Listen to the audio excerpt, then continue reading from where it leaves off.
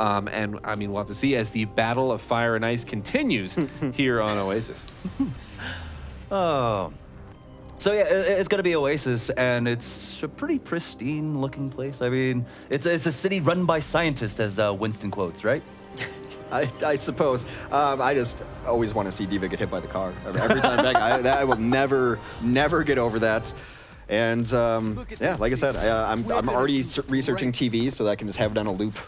Maybe I'll just put it in my office. Put it on a 60-inch screen. That'd be pretty nice. Yeah, I don't think over again. I don't think they make screens smaller than that. No, not anymore. You start at 60 and you go up. Yeah, not anymore, and they're like $45. Like that's where we've gotten in screen technology.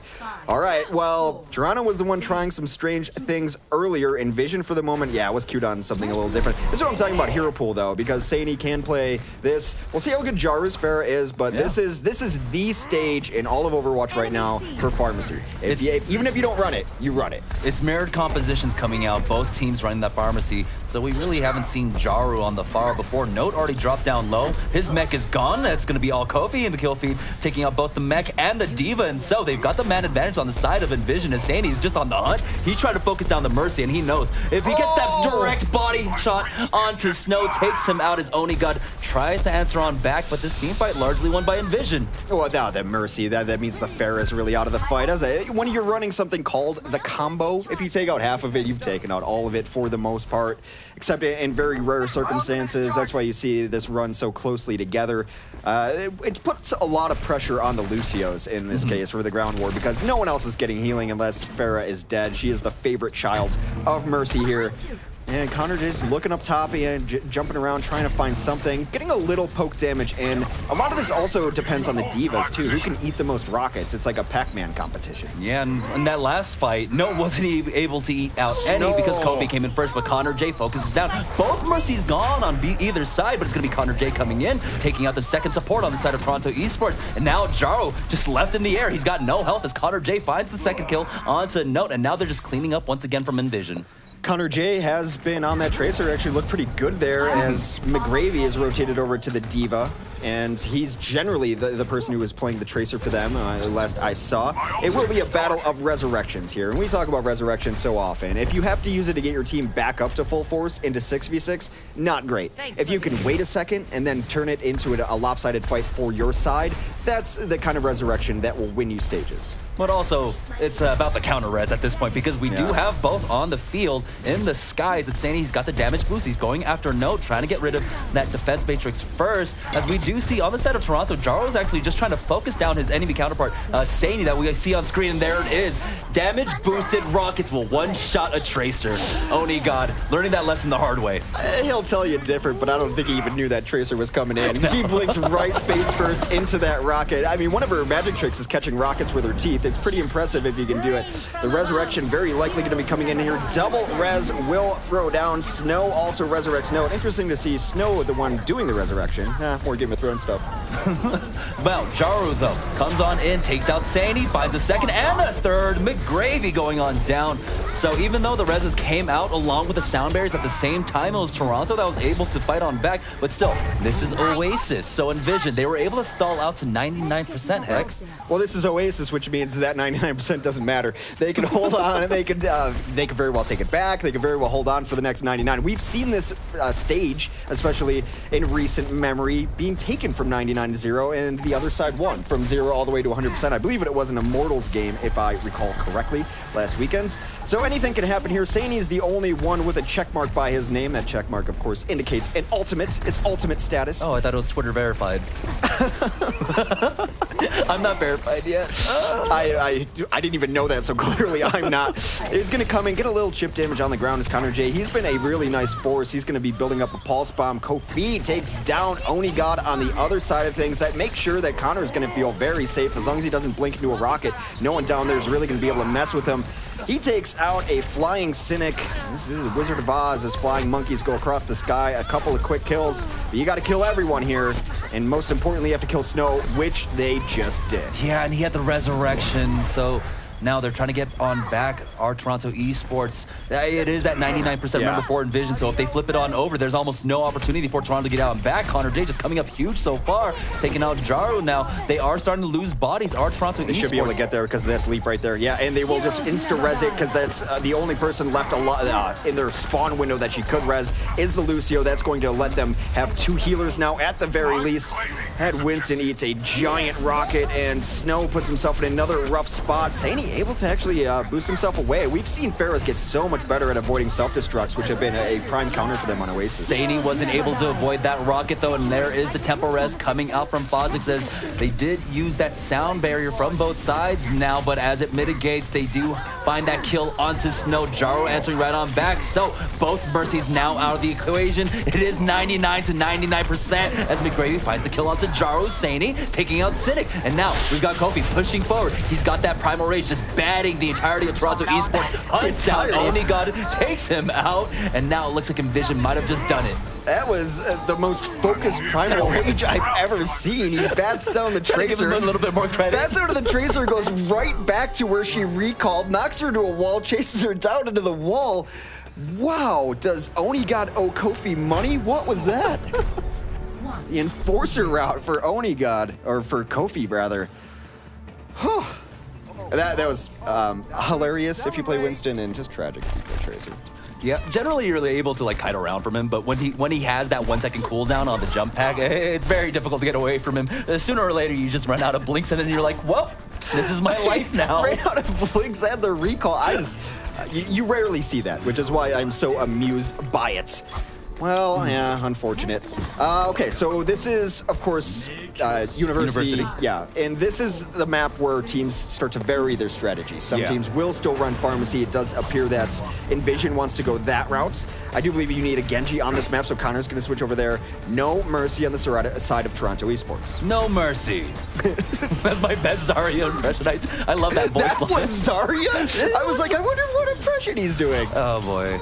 I'm not good at impressions, but we'll see how good they are at team fighting Toronto Esports versus EnVision as Connor J goes in, deflect onto Snow, takes him out, but it's a 1-for-1 exchange. Now, that was a tank for a support, so they're going to run out of a little bit more of sustain on the side of Toronto Esports as they are fighting point has unlocked. It's largely in control of Toronto as Note is forced out of his mech, but still, once again, Saini in the skies just getting free damage off, forces Note's mech off, but because they step off the point and EnVision lose control of it, it's Toronto takes it first, but now they're getting the kills.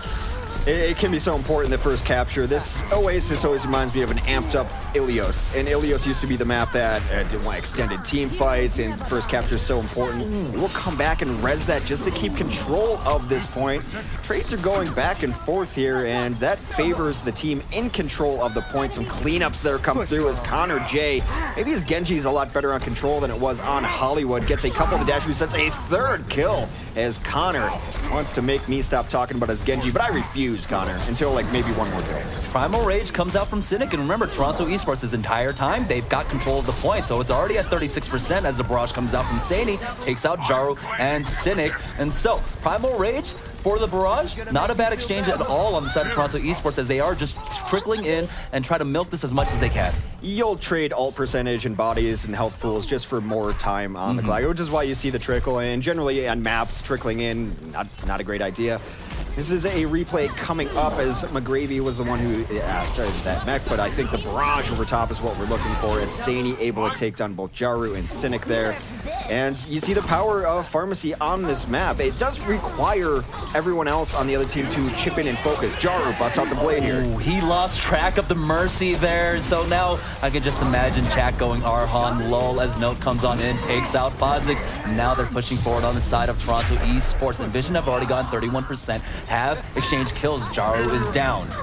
Totally planned. He just wanted to scare Mercy into the self-destruct. That was absolutely planned. As the Transcendence comes out, they are burning everything on the side of Toronto, so they better be able to flip this back over, because in a moment, Fozix is going to come back in and try to resurrect his team. Connor comes back in. There's that resurrection I was talking about, and that is the res you want. That turned it into a lost fight, into at least an even fight, as he was able to grab a couple, and now they're able to continue stalling out as the percentage ticks up. Yeah, they missed Saini by a split second here, but still the resurrect comes in and they're able to try and stall out. But with that pulse bomb, with that parting pulse bomb from Oni God, they will finally flip it. But EnVision have 62% on the board. It's going to come down to about 2, possibly 3 team fights that they can flip. This stage in particular, the teams seem to be able to flip a little faster. It's a little more team fight oriented, where you see 60% to 80, 80% to 80, 100, 99% to 90. So a little more back and forth than some of the other ones, which only go 99 to 99, and they're fourth on. All right, Cynic is looking. I mean, he's got to be hoping that his team lets him jump up there and try to knock people off, right? I mean, he sees that they've been poking out through there. He might lead past this D.Va actually, but since it's so important to D-Mech a D.Va. Oh, so we do have that Lucio really low, and I don't know why Cynic didn't go for him. There we go. Finally, Fire gets cleaned up. That's going to be Jarl coming in with 2 kills, and now EnVision starting to force them back into their spawn. It's coming down to 90%. This might be the last fight for EnVision. Yeah, I think Cynic there, and as much as I would have loved him to see leap up top and Primal Rage and knock people off, the safer play is to hold it until they make you use it, especially when you're in control of the point. You don't have to do anything, so you stay away from those bloodlust kind of plays. The sound barrier will come in as they chase it down over the top. A barrage, counter on the ground. Oni God kills himself somehow. That's unfortunate, and that will cause the flip back over. Now they just need to stall this out. Snow getting hunted down by Connor J. That's both supports on down. So now the stick comes out. Connor J finishes off Cynic. That's a triple kill for him, and now he's on the hunt for more. Note dropping low. He's out of his mech, and they're actually just going to stall this out. Yeah, they're totally fine. Going to stagger up Note, who goes right into the hole, and summarily executed. The question we opened up the broadcast with is, what is Connor J, who made his name big on Roadhog? Obviously, he was a very good Roadhog for several different teams. I mean, a lot of Toronto Esports is a bit of the island of misfit toys here. A lot of these guys have been on different teams. The Lost Boys. Yeah. Oh, man, you can't just hit me with a Kiefer Sutherland movie out of nowhere. My mind just goes wandering. All right, last fight here incoming as 99 and 99. Jaru holding on to this. He's going to get transcended and healed up around the point.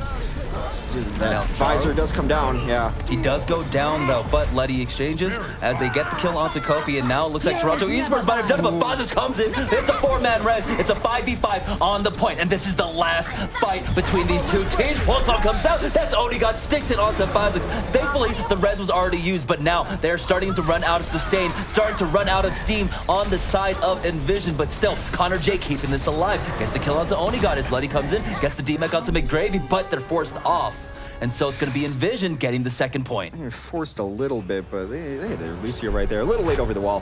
What I was going to say before your wonderful 80s vampire movie threw me off, Connor J's answered me, really. I mean, his tracers looked really good. He looked shaky on Hollywood a little bit. I think both teams just look shaky on Hollywood overall. So it's hard to knock down one individual player, but his tracers looked very good here. I think his Genji, when he's had to play it, has been better the previous stage. So Connor J adds versatility to this team as well. I mentioned that Saini can play everything, and they're not in the top 10 in some of these categories. But being able to play everything gives their team so much flexibility. So he was hovering over the Tracer, but now Connor J actually goes back to the Tracer. Yeah. All right, so Pharmacy coming out once again from both sides. It looks like it is going to be the mirrored compositions once again. When we saw it last time, there was a definite focus on, I believe it was Toronto Esports, to try and take Saini out of the sky, while Saini was dealing more with the ground battle. But when you're in these close quarter situations where you don't have that distance, you really do have to deal with the threats in the sky. Now he's dropping really low. Is Snow? He will be able to kite out onto the water side. Well, that air shot, of course, hits the Winston. Have to be able to hit those shots. He's right above the Mercy, but it ends up being Fazix who goes down instead. So without a Mercy, it's going to really slow them down. However, this ground war has been taken over. Saini now free to just try to nuke the ground. Does just that as Snow dies. Still unable to completely get up to the point, but in favor right now of EnVision. Yeah, and so we were seeing, once again, difference in styles between the Pharas, right? While Jaro was trying to focus on Saini, Saini was just trying to pepper the ground forces on the side of Toronto Esports. Still, the point is unlocked. It's being contested this entire time. Largely in control of EnVision right now, as they're almost 3/4 of the way of capturing it. And we've got the first sound barrier coming on out from the side of Toronto Esports. All the reinforcements are back. It's a 6v6. There's a sound barrier for EnVision as they push forward. They're still kind of forced back into that hallway there. And so So no one's really able to cap this point yet, as Connor, though, finds that first frag onto Snow in this extended team fight. No, you're good. Just let me know when it's capped. All right, I'll let you know as a self-destruct comes out of all things from Note. He's going to get his mech back, but still no one died quite yet. Only God goes down to McGravy's self-destruct, but that's both Tracers on down now. Still no clear-cut victory yet, but it's getting closer. Fozzie comes in with the tempo res onto Connor J, and now Connor J looking for more, finally forces them off. It's going to be EnVision to cap the point. Just barely forces them off, and they will go into the water. That was a wonderful job. You want the oxygen tank that I use? I would, actually. Get some O2 in you? I mean, we're already in, highly elevated, right? Oh, yeah. I brought my own O2 up here. There's not much. There's not much oxygen in Denver, so I was like, I'll just bring my own supply. Well, that was a long fight, and this stage in particular, man, it is really tough. Heroes never die, Oasis never caps. These are tenets of Overwatch. Right over the top, a little peek as you saw, and Winston peeking up there is rewarded with the damage boosted rocket right to the head. Puts himself in the bubble. Sadie able to boop off Cynic. Must have had his leap on cooldown, probably leapt up there and is thinking worse of it right now. So Jaro's gonna try to come in here, get a little damage over the top. Yeah, a little fair on fair of violence right over the top, and that will send Snow off the edge yet again. 50%, probably going to be around 60 for the next time we fight. And they've had a nice economy with this, too. I mean, just the barrage should do that. They've not really... I think losing Cynic like that, losing Cynic to concussion, that hurts your whole push. Well, because, if you are thrown off and killed by environmentals, right, you're not able to actually res back in. So Snow had no opportunity there whatsoever to try even go for tempo res, try to bring them back up to full force. And so now 67% on the board for EnVision. Snow still holding on to his resurrection. He actually hasn't used it yet. Bozzus has gotten his second one. Self-destruct comes out, and that's the problem. You see it all the time on this map. They always hang out over the water. Self-destructs always kill combos on this map. Over the top, nowhere to hide. The only way to deal with it is if you're close enough to a wall, maybe get to one edge or another and hope that you can concussion away, but then you're out of the fight anyway. Self-destruct is such an important ult on this fight if they're running a pharmacy, because at the very least, it removes them from the fight for quite a while. Now, they have swapped it on over, and yeah, this is exactly what you're talking about. You have to be careful when you're playing on the C side of this level, because once you're spotted out in the open, No gets a double kill, easy as that, and that really did open it up for Toronto to get this, get the swap, get the point, but still, they're in the hot seat here, right? It is map point for EnVision. Jaro over the top, gets the first kill on Fire. Connor J also going down to Oni God, and now the D-Mech McGravy is out, and so they are starting to run out of bodies, but still, Toronto, they have to recreate this over and over again for another 2-3 fights. Super late reaction from McGravy. He ate about 90% of that barrage before he even turned around. I was like, oh yeah, those are rockets, not mosquitoes hitting my back. Could have defense matrixed hit pretty easily, but I've seen McGravy mostly in the games I watch them on Tracer, so it might be an adjustment period for D.Va. And like I said, players who don't love D.Va sometimes struggle with D.Va. And so they do get onto the point, but immediately try to find the focus on to that far, as we did see McGravy actually looking up, trying to find her as the sound barrier comes out on the side of Toronto. Fozzic's dropping real low, and he'll go down as Jaro connects with that rocket shot. But once again, the Mercies traded on out as Sani gets the better of Jaru, and now it looks like EnVision, they've got the man advantage. There's no resurrection for Toronto Esports if they can try and stall this out for as long as possible, but they're losing bodies, and with Luddy going down, it's all just down to Oni got to try and keep this alive, but he will fall, but there is a window for Toronto to get it back. Yeah, they're just going to cap now. Someone will be back on the point, and then Snow should be able to get in there and help them out. Here is another barrage coming down from Sani. He has built it so quickly. Yeah, and so they were able to get points onto the body, but now Connor J immediately comes in with that pulse bomb. It actually stuck onto the mech, but it took out Luddy, and now Sani answering back, takes out Jaro. It's a 2-for-1 exchange. Notice forced out his mech. There's the tempo res coming out from Toronto, but Fozzix has one of his own, and that's the better one because they had the man advantage coming out for EnVision. This one will finally, mercifully come to an end there as Oni God, the only one left alive. No one gonna be able to touch this. That wick burns down. And this is what we expected. Toronto putting up a spirited fight. This is not 100-0, 100-0, 100-0, which has happened on Lijiang Tower, but EnVision up 2-0 on control, and they have to be starting to see the finish line at this point in time. Hex, the prophet here, coming on out, being able to foresee the results of this map. I think everyone foresee it. It's just unfortunate. This is one of the staples of Overwatch, right? It's control maps. People take it over to Oasis all the time. You have to be able to play it, and having that kind of vulnerability in your playstyle, it's a huge weakness. It's not good. You want to be able to play. You want to be able to play all.